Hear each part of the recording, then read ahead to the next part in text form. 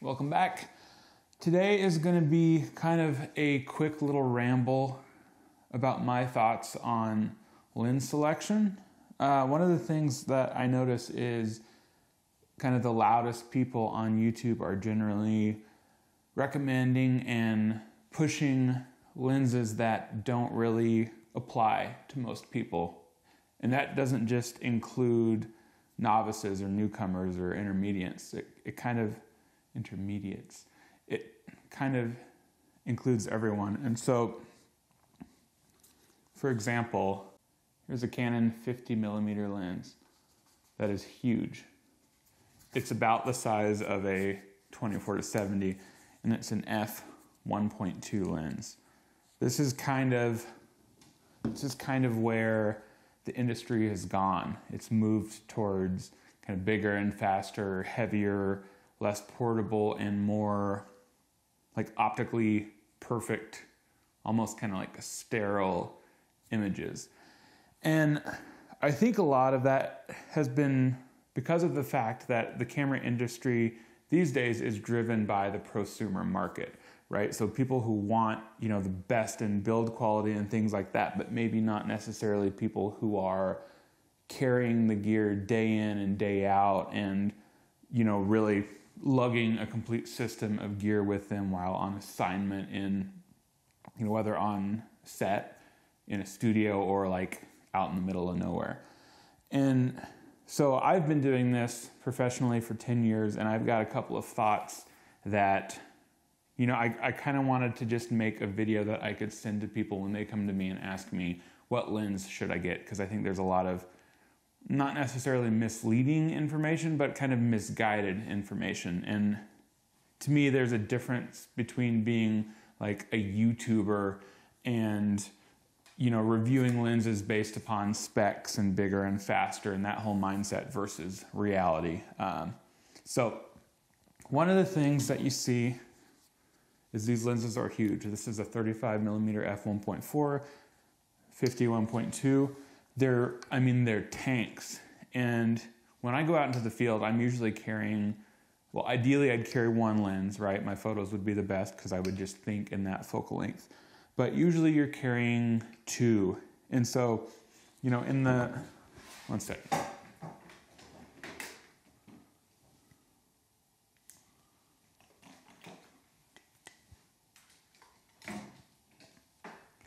Okay, so in the old days, here's an entire system, and this is what a professional system looked like. So you had a 50mm lens, this was a 28, then you had your tele, which that's on RF adapter, like a 105. The build quality is wonderful. They're all reasonable apertures. This is a 50 1.8, 28 2.8, and a 105 2.8. That's great. That covered even low light applications, even when shooting film. So they're not optically perfect, but optically perfect is different from being able to deliver professional results. But you see how those three lenses, I could have one on the camera, one in a pocket, and another one in a bag or somewhere. Like that kind of portability is, to me, indicative of like a pro setup. Another thing that doesn't get mentioned is that the filter threads on each one of those lenses is the same. It's I believe a 52mm, so you can throw your same polarizer on any one of the lenses. To me, that is a pro setup. But these days, we have this stuff, which is, they're wonderful lenses, but they're completely driven by the prosumer market. And once again, from that general standpoint, there is a detachment from the reality of someone who is going to take their camera with them every single day. And so, when I go out shooting personal work, which doesn't mean not serious work, when I set up shoots with people, most of the work you've seen from me is personal work. I'm often shooting something like this. This is the Canon EF 40mm f2.8 lens. So if you think about like an L lens 24-70, this is the same optical quality, right? It just has to be, instead of having some big zoom lens that has to be pretty good at every focal length, if you just make one reasonable focal length, it's very easy to make, and it's very easy to make at the same or better optical quality. So this is something that I take with me when I go out and about. Why am I opening the battery door? I'll take something like this, 5D Mark II, right? I'll throw this guy on it, and I'm done. I don't feel like I am missing out on anything image quality-wise, any performance-wise. And another thing, when you buy a lens like this is 1.2, right? As soon as you stop this lens down or this lens down to f2.8, it becomes the same lens as this. They're the same good, to put it in professional terms, right? Like there's no difference. So this is a 35, this is a 50, and this is a 40. I could take any one of these 3 focal lengths out for like a week or a month or a year and not feel like I was missing out on anything else. And so when you buy these lenses with like an f1.2 or an f1.4 aperture, that's what you're paying for. That's the weight, that's the bulk. And the modern lenses are more corrected. So when you talk about optical correction, again, here's a 50 1.8, right? This thing is tiny. And it's got some like, not issues, it's just like not optically perfect, which you don't need it to be. If you kind of are not trying to shoot it in horrible lighting, it doesn't really matter. And even if you did, you can fix that in post. But again, here's the 50. So big difference, just something to think about. Another thing with these really fast aperture, large aperture primes is that I think if you watch enough YouTube or see some photos on social media, you might get the impression that, especially as you're coming into photography, you might get the impression that shooting with a shallow depth of field equates to like a professional image or a good image. And honestly, that's like not at all true. I mean, I think the longer that you've been in photography in that world, you start to see if, like everything else, a shallow depth of field has its place, right? But it's got its place. There are times when it works to use it, times when you maybe shouldn't. And I think for a lot of people, a shallow depth of field really becomes a crutch. And so when you have an entire body of work where everything's shot at 1.2 or 1.8 or f2, it kind of, to the people in the know, it kind of screams like amateur. And there's nothing at all wrong with being an amateur. In many other areas of life, I'm an amateur. But I'm just saying there's like this path that I think people get sold on, where it's I need to pay more money, carry around this big thing, and like it's exciting to get a lens like this. And I have lenses like this because I do this for a living. I've been doing it, and this is my career. These lenses get used in like very niche scenarios, typically on set. When I'm out and about, I'm carrying one normal lens and maybe a telephoto.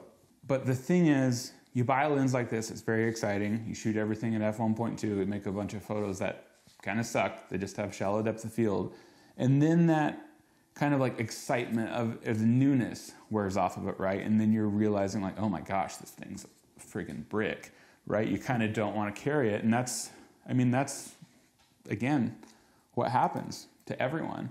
And so you have all these lenses, you start to realize you have them all next to each other, you can shoot with them, you compare them, and you actually see for yourself on the computer that, oh my gosh, these two lenses have like the same quality. I could shoot a billboard or a huge print or some, point of sale display. Like they're both great. And so you're really paying for, you're paying for the apertures and the correction from that are faster than 2.8, right? So f1.2, f1.4.